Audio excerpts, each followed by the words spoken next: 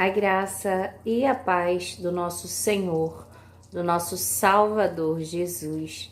A palavra que o Senhor me trouxe hoje para meditação é em 2 Samuel, capítulo 14. Nesse capítulo, Joabe trama um plano para poder... Ele pede que uma mulher vá e conte uma história para o rei Davi, para que o filho dele, Absalão, volte para a terra, para o reino deles.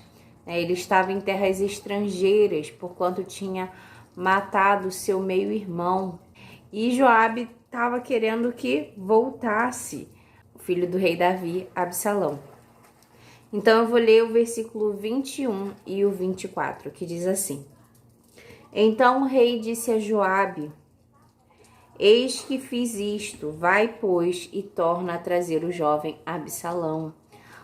O rei Davi, ele concorda depois de que essa mulher vai conversar. E se você quiser ver a conversa, o que ela fala, você pode ler o capítulo 14, que ele é bem extenso e ele vem tratando sobre essa questão. E logo em seguida, no versículo 24, e disse o rei: Torne para a sua casa e não veja a minha face. Tornou, pois, Absalão para a sua casa e não viu a face do rei. Absalão, ele voltou para o reino, mas ele não foi para a casa do rei Davi. Ele ficou 2 anos sem encontrar com o rei Davi. Por quê? Ele trouxe de volta o seu filho, mas ainda havia sentimentos porquanto Absalão havia matado seu meio-irmão, filho de Davi. Isso tudo é consequência do pecado, que Davi havia pecado. Davi, ele se deita com Batseba e mata o seu empregado, que era esposo de Batseba. E a gente vê que Deus dá uma sentença a respeito do pecado.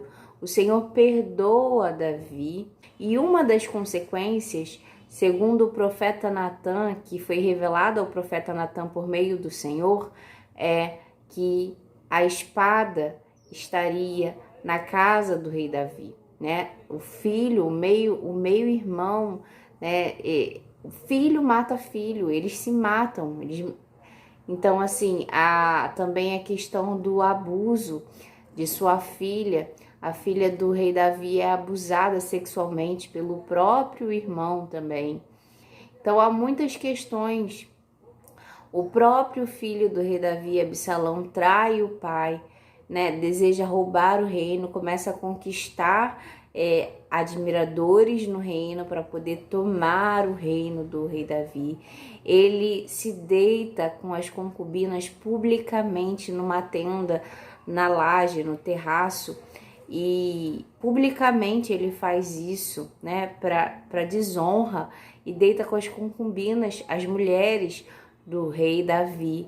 Então muitas coisas acontecem por consequência do pecado.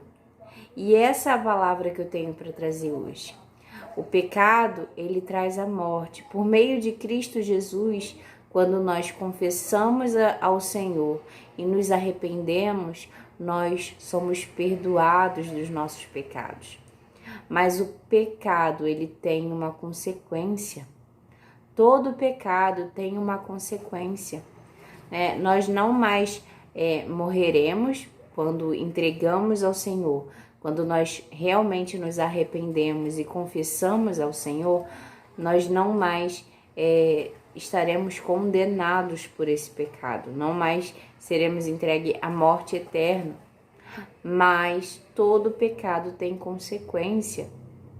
Se você trai a tua esposa e se arrependeu, você pode se reconciliar, pode haver o perdão, mas existem consequências do pecado. Se sua esposa trai também o seu marido, se a esposa trai o marido trai a esposa, se há mentira numa casa, se há muitas mentiras, isso também tem consequências, porque o pai da mentira, quem é? É Satanás. A mentira traz confusão. A mentira, ela causa discussões quando a verdade aparece normalmente, se há muita dor, mas é necessário que a verdade apareça. Então, todo pecado, ele traz consequências, seja ele qual for. Nós precisamos evitar o pecado, não só por ser pecado, mas por causa das consequências que ele nos traz. Davi se arrependeu. Davi, ele se prostrou diante do Senhor, né? Uma das coisas que o profeta Natan falou que seria, né, consequência do pecado de Davi, era que ele perderia o filho que teve com Batseba, que foi concebido naquela união que foi a união em que ela ainda era mulher de Urias. Então, esse filho nasce, ele adoece, Davi intercede por ele ao Senhor, mas o Senhor já tinha decretado que essa criança, ela não estaria, ela morreria, ela não ficaria viva. Então, assim, é culpa do Senhor? Não é culpa de Deus, é culpa de nós, do nosso pecado. Precisamos buscar andar de acordo com a vontade do Senhor. Que nós venhamos guardar essa palavra, que nós venhamos buscar andar fazendo aquilo que é reto, o que é justo diante do Senhor e diante dos homens. Que nós possamos buscar fugir, né? Fugir do pecado. O Senhor quer que nós andamos em santidade. O Senhor quer que nós praticamos aquilo que é reto e que é justo. E a palavra que o Senhor me deu hoje é: busque andar em santidade, corra do pecado, porque o pecado tem sim consequências na nossa vida. Amém? Fiquem com Deus e até o próximo vídeo, se Deus quiser. Tchau!